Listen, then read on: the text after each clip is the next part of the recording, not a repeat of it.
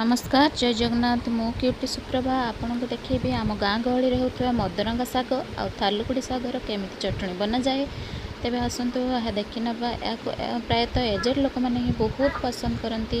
प्रथम यार प्रोसेस देखी ना देखु से गुड़ तो मुझे धोईकी प्रथम ही रखीदे एवं पुणी कड़े तेल गरम कर शुखिला लंका दीटा जीरा आ पियाज पके भल भाव भाजी नवा तापर पियाजटी भल भाव लाली हो आसला चप्पा छड़े आपण चिनाबादाम रखी पकेबे नहले या स्किप करि मु किंतु एथिरे देइछि बादाम देइछि यार टेस्ट आउरी भल आसीबो।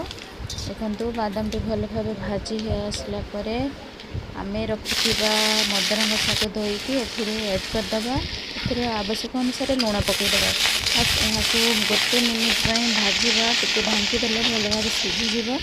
देखो यह भल भाव मिसई दे सारापर आम गोटे मिनिट यहाँ घोड़ेदबा गोटे मिनिट पर यह भल भाव भाजी हो गला। पुणी यार चटणी प्रायतः आम शिଳରେ बाटिले बहुत बढ़िया हम एगुड़िक बहुत भल लगे। पुणी थालकुड़ी को आम चटणी करिया केमती ना जीरा कंचा लंका रसुण दई कला सोरिष अल्प दे चटणी कर रखी पुणी मदरंगा को आम पुणी शिଳରେ यहाँ बाटिकी रखीदबा। वीडियोटी आपन को भल लगी आपण यहाँ भल पाते खायापी निश्चय लाइक कमेंट शेयर और सब्सक्राइब करंतु। जय जगन्नाथ नमस्कार।